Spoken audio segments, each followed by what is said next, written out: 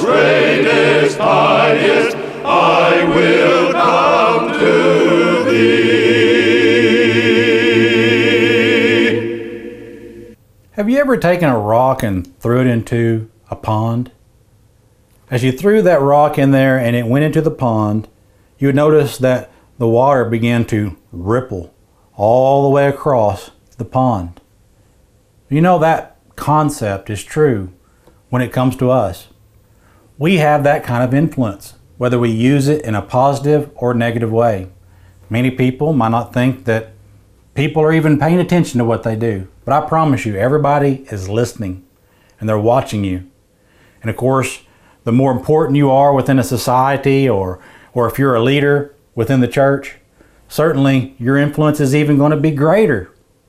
And so we really need to think about what we say and what we do.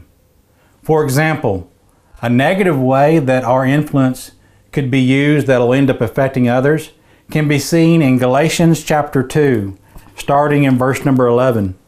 It says, "Now when Peter had come to Antioch, I withstood him to his face, because he was to be blamed.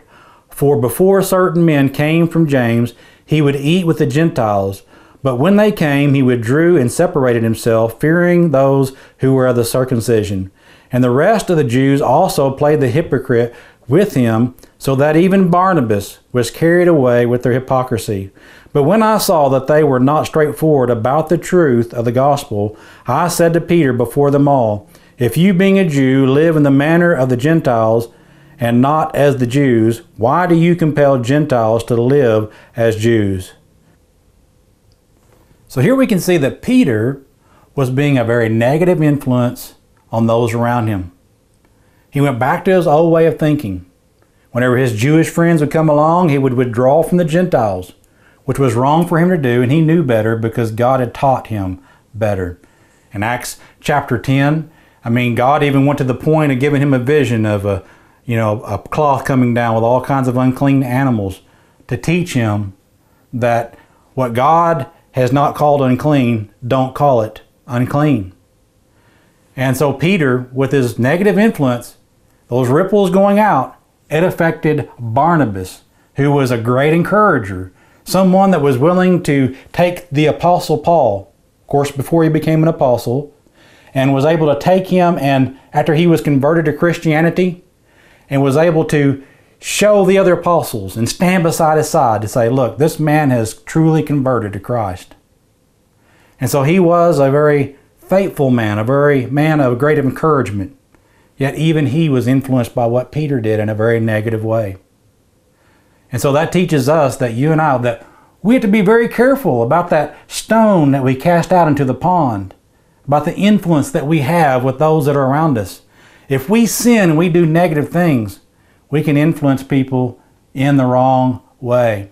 They will say, well, if you can do that, then I should be able to do it as well. And so we have to be very concerned about the influence of our friends, our families, and just people we don't even know that see us doing things. However, we can also use our influence in a good way. Those ripples that are going out that touch other people's lives, we can be a positive influence on them. We can show them what it means to be a child of God. And whenever we show them how to live the Christian life and they see that we do the right thing, even though everybody else might be saying do something different, then we're going to be a positive influence. And so I hope that every Christian out there will always do their best to really think about what they're doing and to make sure that they are being a positive influence instead of a negative one.